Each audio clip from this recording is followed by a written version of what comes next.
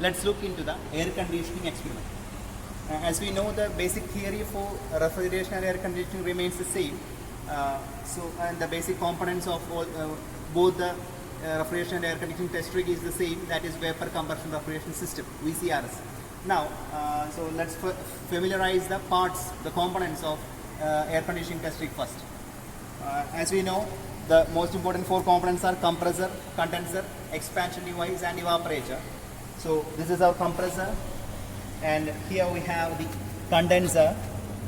The expansion device is the capillary valve, and then the evaporator is inside this duct, rectangular duct.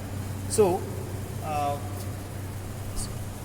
the calculation part is the same. The aim of the experiment is to compare the actual COP and the theoretical COP.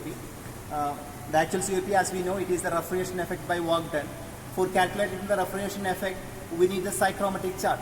You might have heard about the psychrometric chart in your first year BME, Basics of Mechanical Engineering, and you will be studying in detail about the psychrometric chart and how to take the readings and the calculations for psychrometric chart in the last module of your subject RIC, Refrigeration and Air Conditioning. So here, how to take the readings. We know the refrigeration effect is calculated from the psychrometric chart, as I said, but for that we need the temperatures of the inlet air. The air is taken from this side, the suction is from this side, and the discharge is from this side. So suction and discharge. In both the sides we have two thermometers inside that. One for measuring the dry bulb temperature, and the other one is for measuring the wet bulb temperature. You can see there is a wick, there is a cotton piece, and for wetting that cotton piece we have a small container.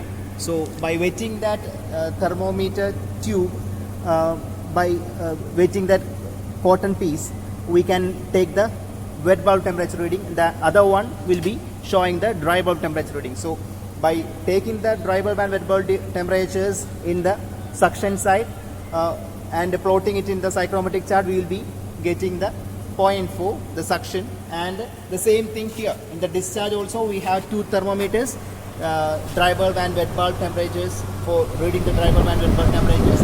And here also, before taking the reading, we need to make it wet. We need to make the cotton piece wet. So we will be getting the wet bulb temperature from this thermometer and the dry bulb temperature from the other thermometer. So for plotting the discharge conditions in the psychrometric chart, we need only these two temperatures. So these two are the only things required for calculating the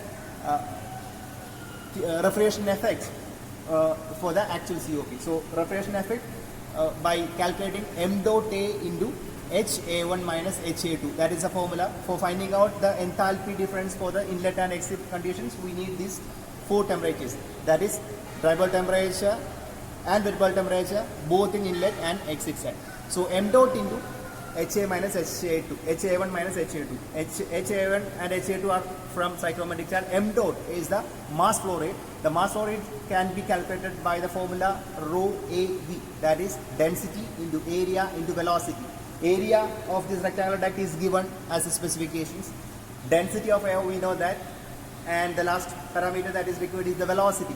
So for finding out the velocity, we make use of an anemometer and place it here. We place the anemometer here in the distance.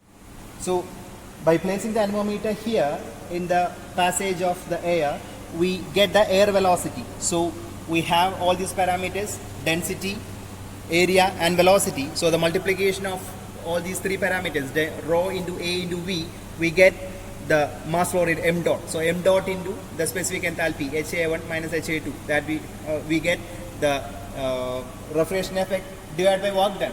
The calculation part of the work done is the same as that of the refrigerator, that is the work input to the compressor. So the work, as you know, the work input to the compressor is nothing but the electrical energy input. So that we can measure from the energy meter for the compressor. Energy meter for the compressor, we need to note down the time taken for the five rotations of this energy meter. So and by using the energy meter constant value, we have the formula available using the energy meter constant and the time taken for 5 revolutions of the energy meter, we can calculate the compressor work input. So the formula remains the same. The actual COP is equal to the refrigeration effect divided by work done. So that's how we calculate the actual COP. For finding out the theoretical COP, the procedure remains the same as that of the refrigeration test rig. That is H1 minus H4 by H2 minus H1. That is the pH chart. The H1, H4 and H2 values you will be getting from the pH chart. For marking these points 1, 2, 3 and 4, we need two parameters again. That is the suction pressure and the discharge pressure. Those pressures you can note down from here. So this will be reading the suction pressure and this will be reading this discharge pressure. So by knowing these two pressures and we assume the points as the inlet for compressor is the saturated is in the saturated vapor line and the inlet of this expansion device in the saturated liquid line. So likewise we can plot the points 1, 2, 3, 4. So from the pH chart we will be getting the enthalpy values, and by using the formula H1 minus H4 divided by H2 minus H1 you get the theoretical COP. So the aim of the experiment is to compare the actual COP and the theoretical COP. So this is how we do this air conditioning experiment. Thank you.